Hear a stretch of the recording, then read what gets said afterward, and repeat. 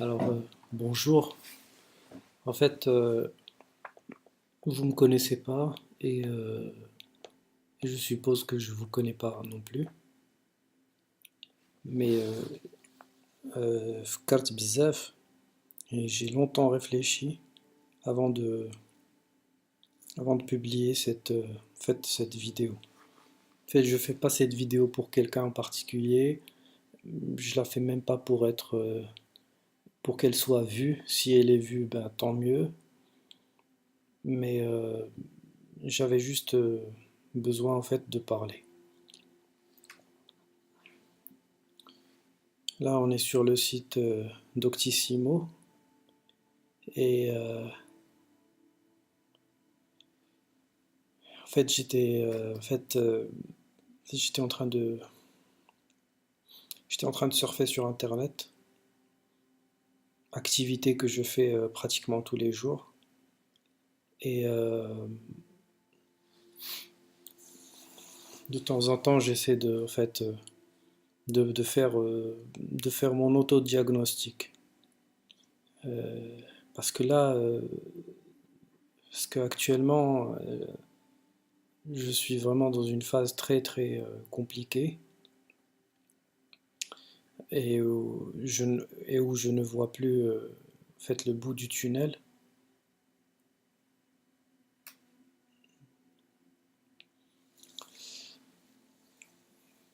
Donc en fait, je fais même pas de l'autodiagnostic, c'est juste j'essaie de voir est-ce que les symptômes dont je souffre, est-ce qu'ils correspondent à une dépression. Parce que bah, pour un peu résumer la chose, c'est on essaie en fait de parler à d'autres personnes, on essaie en fait de s'ouvrir à d'autres personnes. Et ce qui arrive souvent, c'est qu'on n'est pas écouté. Donc j'avais décidé en fait aujourd'hui de partir voir un psychiatre, même si je sais que ça ne va pas m'aider.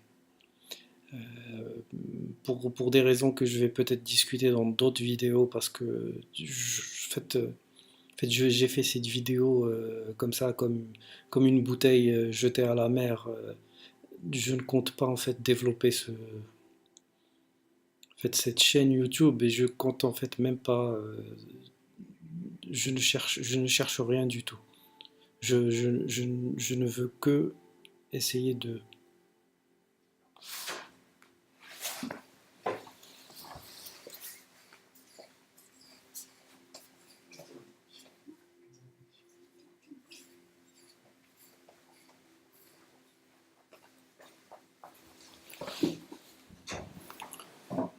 Excusez-moi, je suis de retour.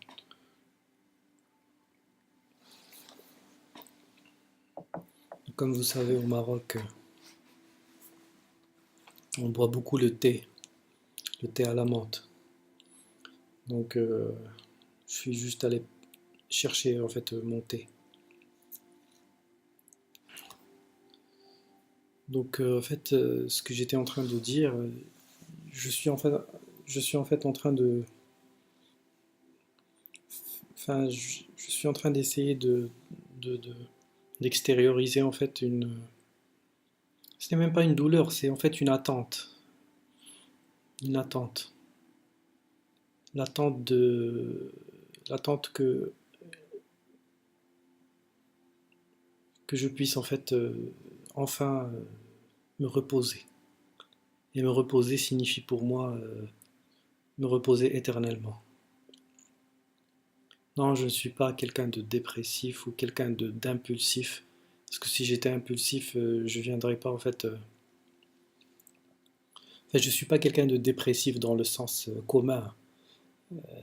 Comme vous pouvez le voir lorsqu'on ouvre ce site et lorsqu'on va chercher sur la dépression chronique, eh ben on va regarder ensemble en fait. J'allais j'allais regarder ça tout seul, mais on va regarder ça ensemble. Donc on va partir peut-être. Ça c'est bon, ça c'est un site grand public, donc ça essaie un peu de vulgariser ces termes, mais ok. Voilà ce qu'on dit, c'est que la dépression est la quatrième maladie la plus fréquente dans le monde. Ok, d'accord. On estime que 50 à 60% des personnes ayant souffert d'un épisode dépressif majeur auront une récidive dans les 12 mois qui suivent si aucun traitement approprié n'est mis en œuvre. Ça, c'est pas vrai.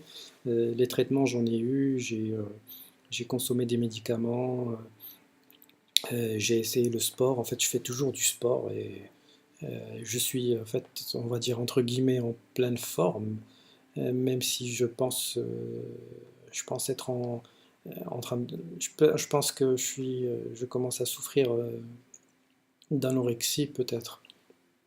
Enfin, anorexie ou plutôt de troubles alimentaires majeurs. Donc là, on dit qu'on estime que 50 à 60% des personnes ayant souffert. Ok, d'accord. Ça, c'est pas vrai. Ça, c'est parce que.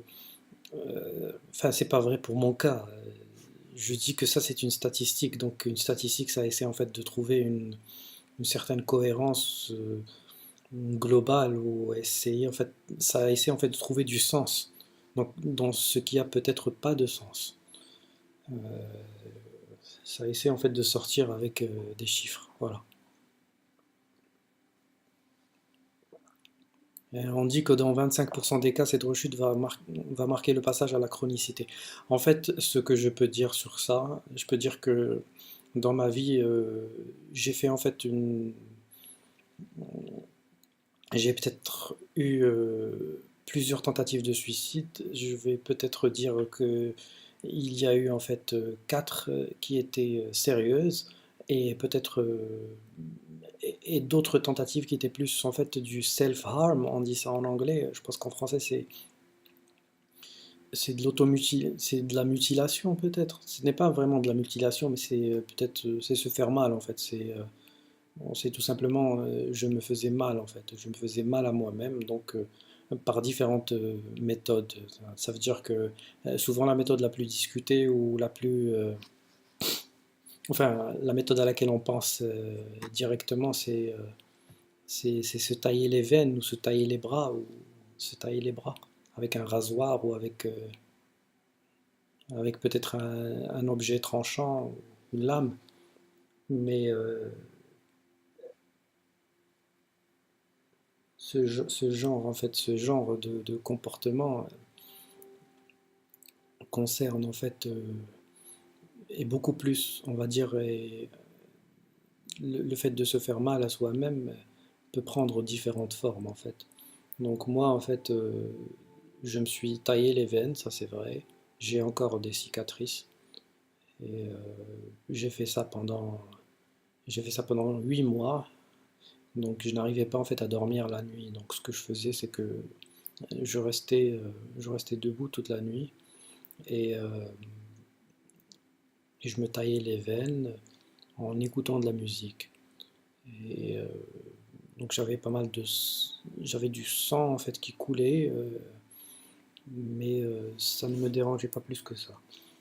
Donc en fait, j'avais un rasoir et je faisais ça avec le rasoir.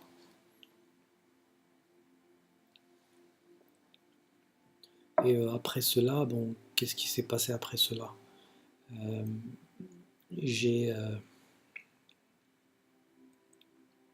j'ai tenté en fait, j'ai aussi en fait, je me suis aussi euh, vu que en fait, vu que vu que j'étais à l'étranger, donc il faisait froid, donc à l'endroit où j'étais, il faisait très froid, donc il faisait jusqu'à -5, -10 la nuit. Donc ce que je faisais, c'est que j'éteignais le chauffage et j'ouvrais les fenêtres et je restais dans le froid.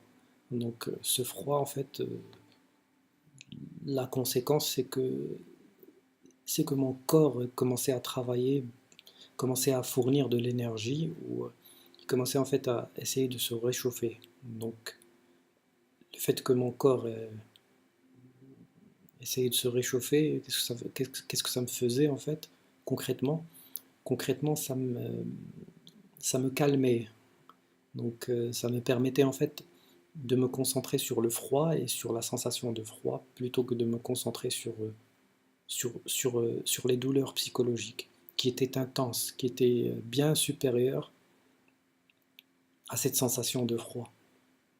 Donc j'aurais pu utiliser des brûlures aussi, c'est-à-dire j'aurais pu me brûler, etc., etc. Donc ça aussi, ça aurait pu contribuer à transférer en fait la douleur du psychologique au physique. Parce que le psychologique, le problème avec le psychologique, c'est que, c'est que c'est diffus. On n'arrive pas en fait à trouver l'origine de ce froid. En fait, excusez-moi, on n'arrivait pas à trouver l'origine en fait de cette douleur.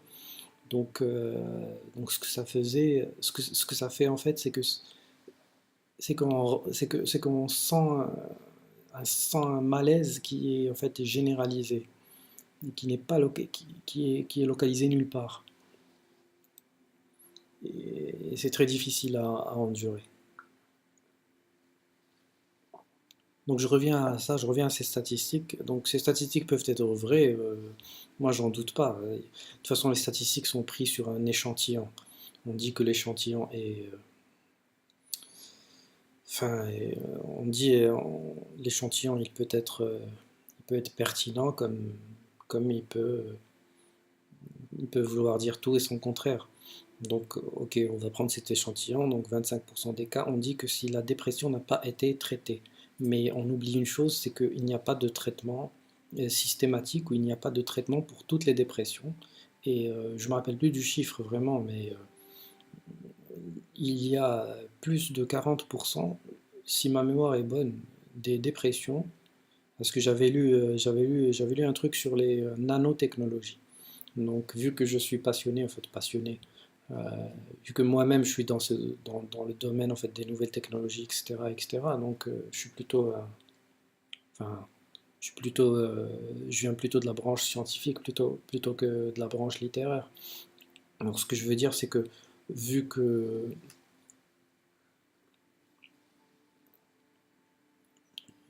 il y avait un article justement qui parlait de ça et qui parlait en fait, enfin, dans le futur, dans je sais pas, dans un futur proche, les nanotechnologies allaient en fait résoudre le problème allaient essayer en fait.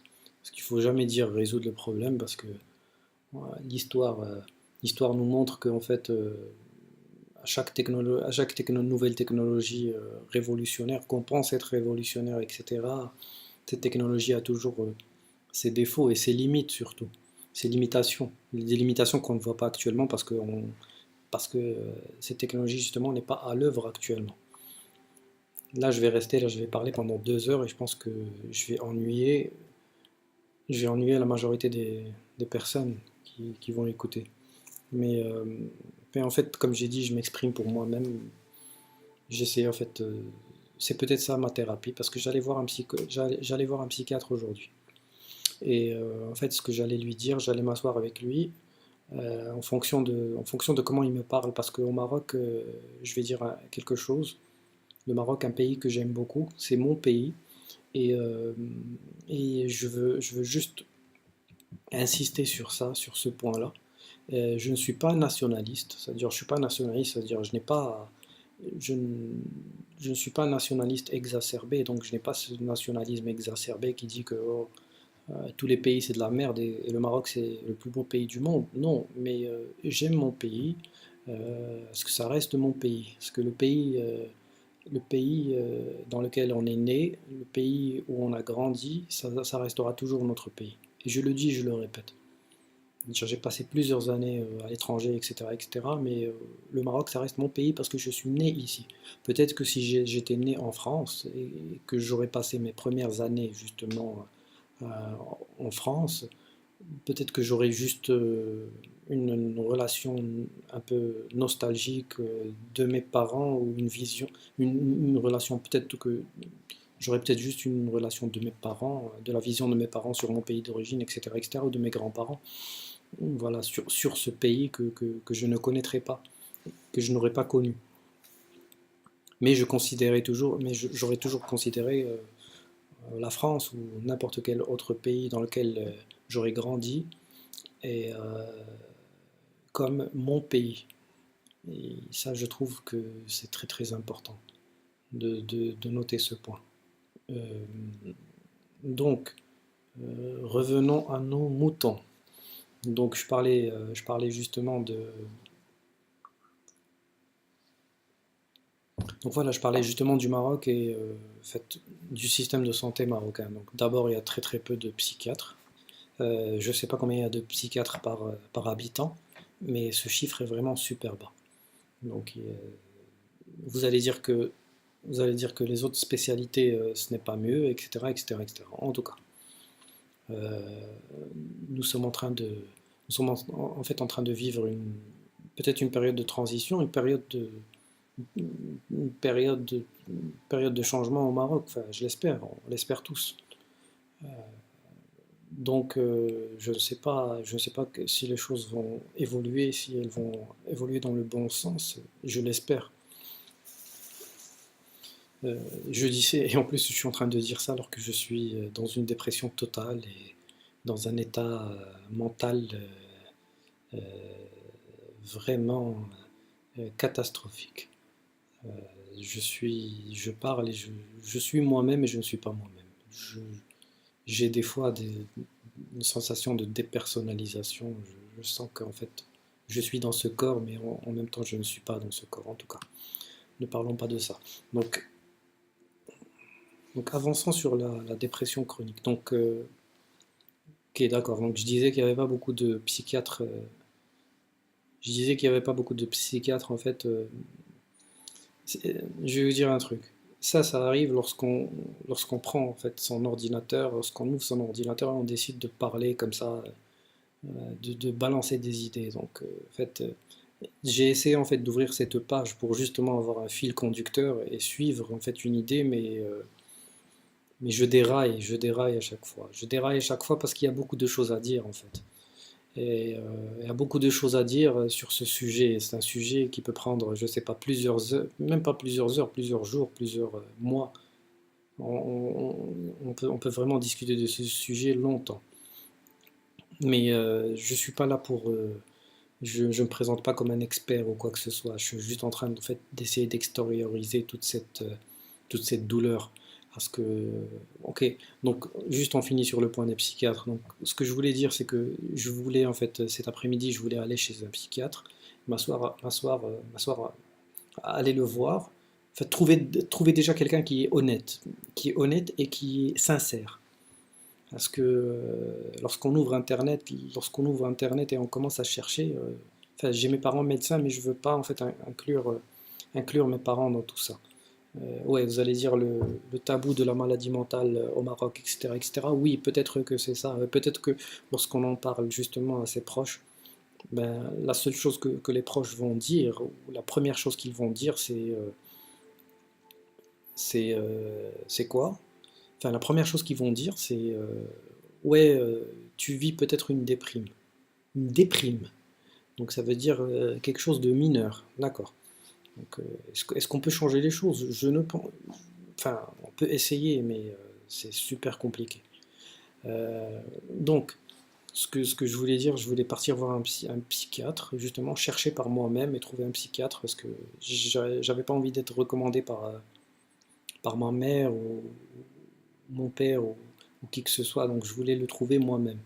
Donc j'ai fait mes premières recherches, etc. En fait, j'ai trouvé des noms de psychiatres, mais qui me dit est-ce que ce psychiatre va me donner ou prendre le temps en fait avec moi pour m'écouter, voilà, pour m'écouter.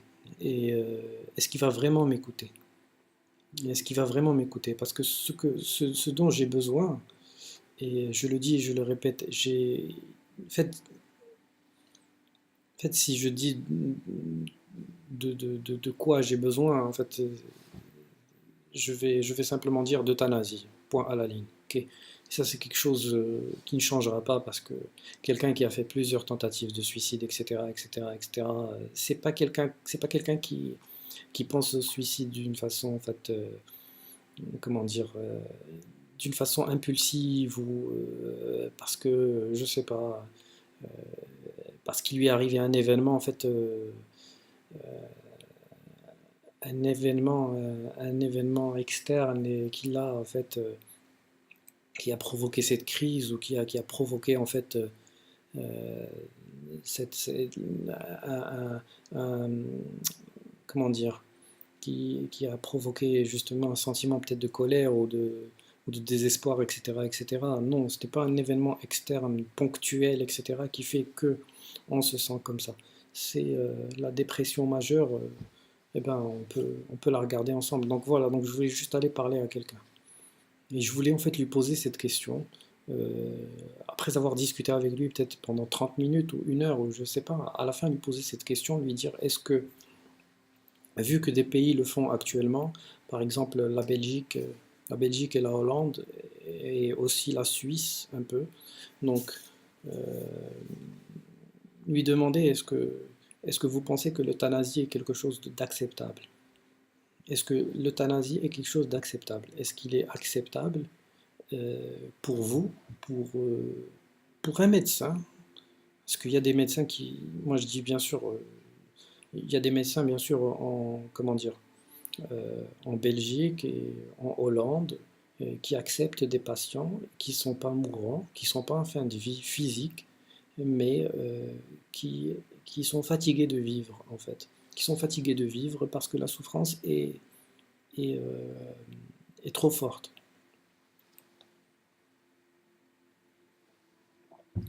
Donc moi je voulais en fait savoir, est-ce que je voulais en fait juste savoir son point de vue. Et c'est là que vous allez poser la question, pourquoi? Ça va t'ajouter, qu'est-ce que ça va t'ajouter? Mais qu'est-ce que ça va me rajouter? Ce n'est pas qu'est-ce que ça va me rajouter, c'est plutôt, c'est plutôt en fait, comment décrire ça? C'est plutôt se rendre compte qu'en fait, le droit de mourir, c'est quelque chose qui doit être en fait, qui doit être pour tout le monde. C'est un droit que tout le monde devrait avoir. Ça veut dire, on n'est pas obligé de vivre si la vie est trop difficile. La vie, on n'est pas obligé de la vivre. Il y a 1 million, il y a plus d'1 million de suicides par an. Depuis le temps qu'on est en train de parler, depuis le temps que vous êtes en train de m'écouter, pour ceux qui ont eu le courage de, en fait, de rester jusqu'à maintenant, eh ben, toutes les 40 secondes, ou moins de 40 secondes, il y a quelqu'un qui se suicide sur la planète. Donc je ne sais pas combien de personnes se sont suicidées depuis que j'ai commencé à parler. Donc c'est pas quelque chose c'est pas quelque chose qui, que l'on peut arrêter. Euh, c'est quelque chose qu'on peut prévenir, bien entendu, parce qu'il y a des cas où la personne le fait d'une façon impulsive et, lorsque, justement il y a des cas où la personne en fait euh, ne veut pas, ne voulait pas en fait en arriver là. Parce que moi aussi, si vous allez me poser la question, est-ce que tu aimes la vie? Oui, j'aime la vie. Oui, j'aime la vie. J'aime la vie, mais vivre comme ça en dépression, et je n'ai aucune qualité de vie. Aucune. Aucune. Aucune. Je détruis toutes les relations dans lesquelles je m'engage. Je, je, je, je suis toxique. Je suis toxique à moi-même. Pourquoi? Euh, parce que cette maladie n'a pas de nom, elle n'a pas de visage. Je peux sourire, je peux être en train de sourire, si vous me voyez, ça veut dire si quelqu'un me voit dans la rue, il va dire il est normal. Il est en train de faire sa petite crise. Mais je fais pas de crise. Je suis tout simplement très malade. Je suis très malade. Je suis très malade. Je souffre de dépression. Je souffre de dépression majeure. Et imaginez quelqu'un qui, je sais pas qui, depuis qu'il a 17 ans ou 16 ans, pense à la mort. Pourquoi? Parce que les démons qu'il y a dans sa tête n'arrivent pas à les chasser. Donc la dépression est devenue chronique et imaginez quelqu'un qui souffre de ça pendant 20 ans. C'est mon cas. Et qui a fait plusieurs tentatives de suicide et qui a fait un nombre incroyable de self-harm, justement, ok, les épisodes en fait de self-harm et de, comment on appelle ça en français, je sais pas comment on appelle ça, d'automutilation, je sais pas, ou de s'infliger, donc je m'infligeais des souffrances à moi-même, donc voilà, donc je disais que j'ouvrais les fenêtres lorsqu'il faisait super froid et j'étais juste habillé en t-shirt, etc. et en short. et je subissais le froid pendant 4 heures, 5 heures. Jusqu'au moment où je deviens super fatigué, où mon corps a trop travaillé pour justement garder sa température, parce que le corps doit toujours maintenir justement sa température de 37 degrés, etc. Donc il doit toujours maintenir environ une température de 37 degrés, etc. Donc la température interne ne doit jamais changer, donc même pas d'1 degré. Donc le corps travaille, s'acharne et travaille d'une façon acharnée justement à maintenir cette température. Et ce qui se passe, c'est que à la fin, on est très fatigué, très très très très fatigué. Et il suffit de poser la tête sur l'oreiller pour dormir. Donc, euh, donc voilà, donc c'est ce qui se passait. C'est exactement ce qui se passait. Donc je me fatiguais pour pouvoir dormir. Et c'était en fait mon somnifère. Voilà, au lieu de prendre en fait des somnifères ou des benzodiazépines comme, je sais pas, comme le Valium ou le Xanax ou Seresta ou je sais pas, ou d'autres pilules pour dormir, des pilules fortes, ça veut dire que qui sont en fait qui sont en fait prescrites. Donc c'est des pilules avec prescription, c'est pas des pilules qu'on trouve qu'on peut acheter juste comme ça. Donc au lieu de prendre ça, eh ben, je me faisais mal. Donc lorsque je me faisais mal comme ça, eh ben, j'arrivais quand même à dormir. Peut-être à 3 heures, 4 heures, 5 heures du matin, j'arrivais quand même à un peu me reposer. Donc voilà, donc je voulais poser cette question à un médecin, lui dire est-ce que c'est humain, est-ce que c'est humain de, de, d'euthanasier son chien, et est-ce que il est humain de garder une personne en vie euh, juste parce qu'on considère qu'en fait on a d'autres valeurs morales, mais, euh, mais on ne considère pas la souffrance de la personne. On ne prend pas en compte la souffrance de la personne. Donc j'en ai déjà discuté avec mes parents, donc un tout petit peu avec mon père, mais surtout avec ma mère. Et ma mère qui est médecin considère que, en fait, avec tout l'amour maternel qu'elle peut avoir, etc., elle considère qu'en fait une personne souffre. La souffrance n'est pas obligée d'être visible à l'œil nu, et la souffrance psychologique n'est pas une souffrance qui est négligeable. Voilà. Donc elle considère que la souffrance psychologique elle fait partie de la souffrance.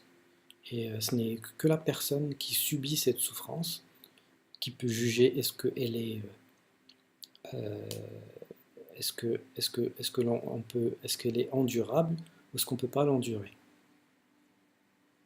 C'est-à-dire, est-ce qu'on peut tolérer cette souffrance ou pas. Et ça, c'est du cas par cas. C'est pour ça qu'en Belgique ou en Hollande, lorsque quelqu'un doit être, en fait, lorsqu'on consulte pour justement pour l'euthanasie, eh ben, le docteur doit en fait prendre acte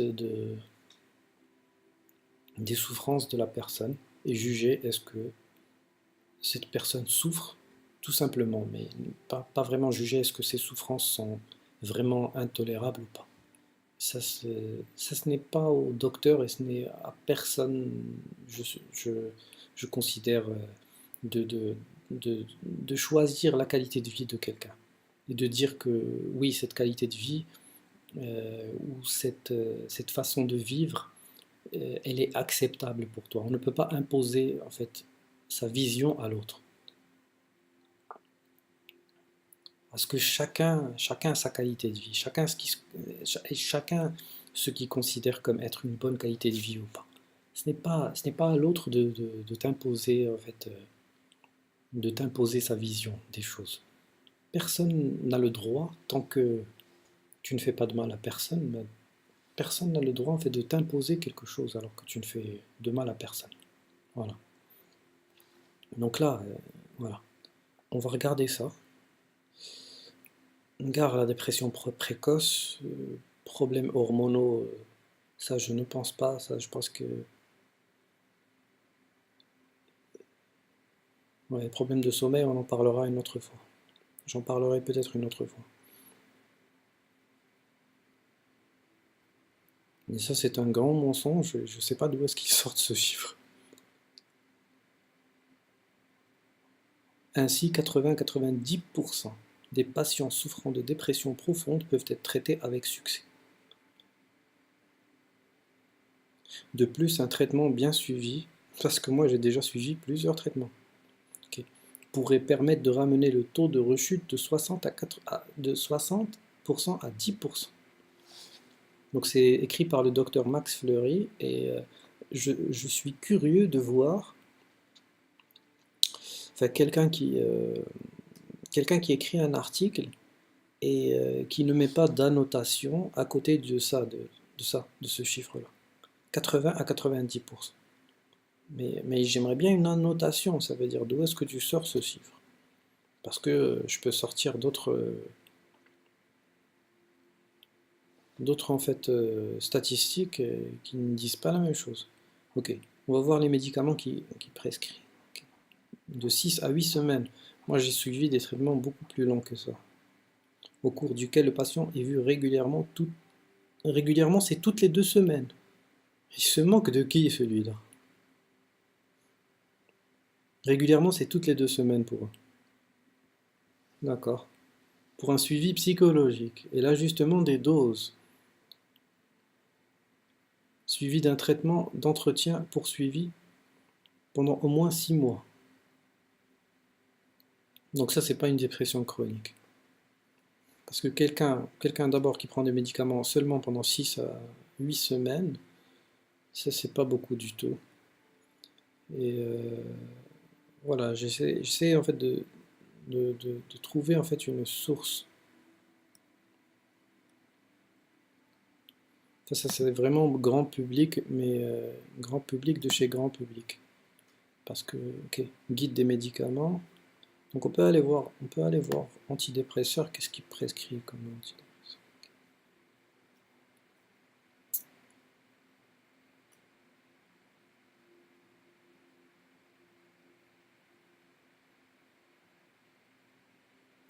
Ouais, tricyclique.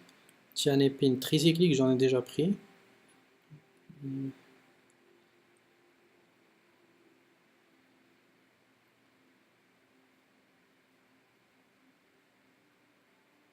C'est pas du tout bien expliqué, c'est pas bien expliqué du tout.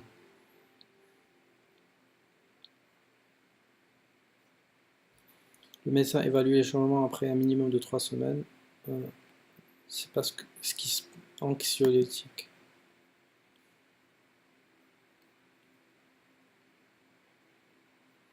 Voilà, c'est de ça dont je parlais. On y trouve principalement les benzodiazépines. Et ça, je vous dis et je vous le répète, euh,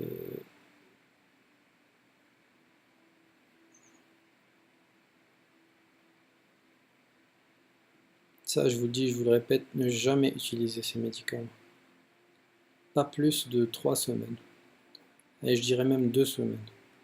Ça, les benzodiazépines, parce que l'effet de sevrage est pire que la cocaïne ou que l'héroïne. Pire, je dis bien pire. L'effet de sevrage, ça veut dire lorsque vous arrêtez d'en prendre pour en fait sortir de la dépendance, eh ben c'est l'enfer. C'est l'enfer sur terre, tout simplement. Donc je ne conseille pas d'en prendre.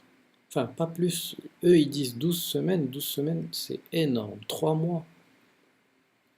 Surtout que certains, en fait, vont augmenter la dose s'ils voient qu'en fait l'efficacité n'est pas,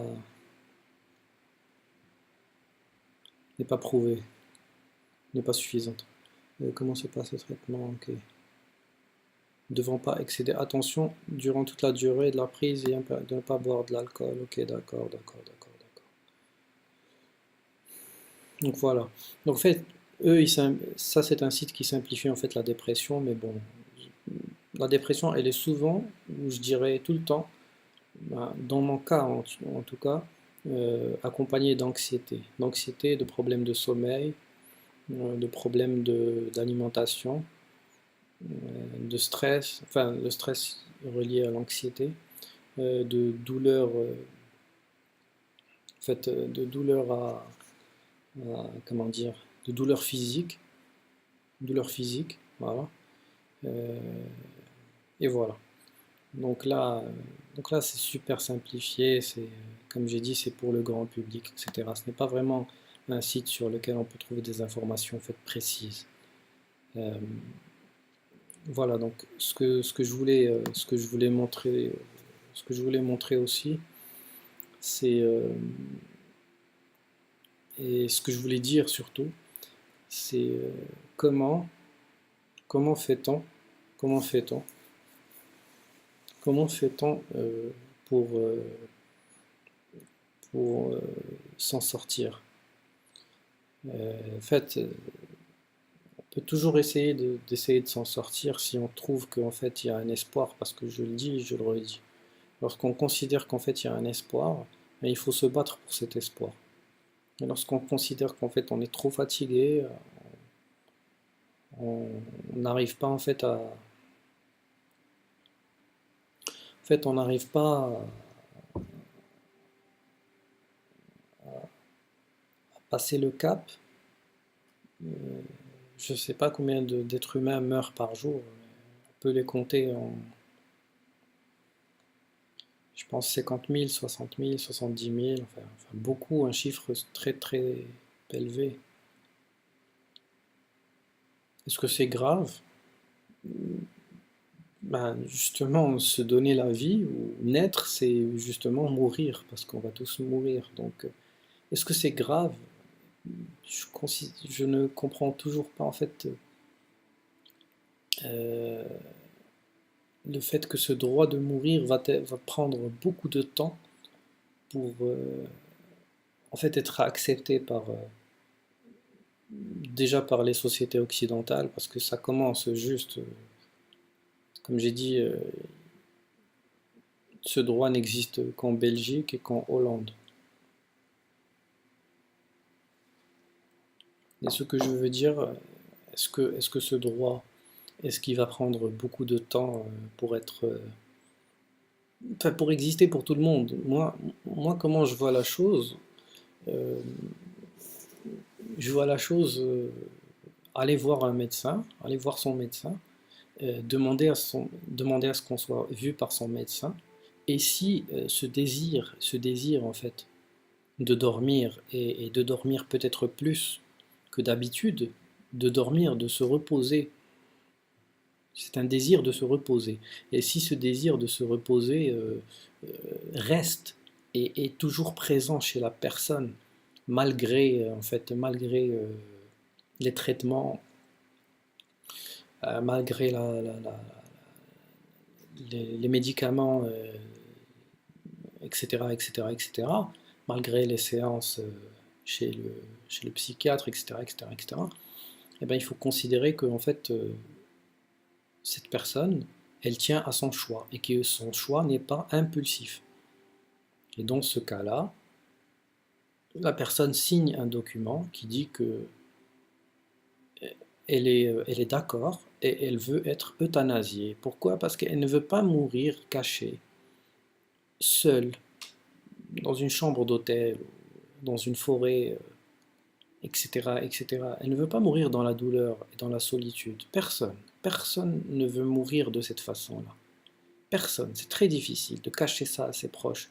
Très difficile de cacher ça à tout le monde. Et à aller le faire tout seul. C'est très compliqué. C'est très compliqué. Beaucoup de souffrance. Il y a beaucoup de souffrance. Ce que je ne comprends pas, c'est... Je sais très bien que l'être humain essaie en fait de réduire la souffrance dans le monde. À quoi nous sert toute cette technologie? À quoi nous servent ces iPhones ou ces conneries? Moi, j'appelle ça des conneries. À quoi nous sert le dernier iPhone, hein? Depuis le temps que les maladies existent, depuis le temps que le cancer existe. Est-ce que la plus grosse compagnie au monde, est-ce que ne devrait pas être plutôt, je sais pas, une boîte qui guérit peut-être le cancer, ou qui guérit même la dépression? La dépression, ce site, ok, on va chercher sur un autre site, donc dépression et nanotechnologie. Parce que là, on va directement me dire en fait que me démentir et dire qu'en fait 80-90% des gens qui souffrent de dépression majeure, ça veut dire il n'a pas froid aux yeux, peuvent être traités avec succès, d'accord? Non. Ok, ok, d'accord, voilà. Donc là, ok, le futur potentiel, ok, d'accord. Nanotechnology for depression, d'accord, ça c'est en anglais, on va aller chercher.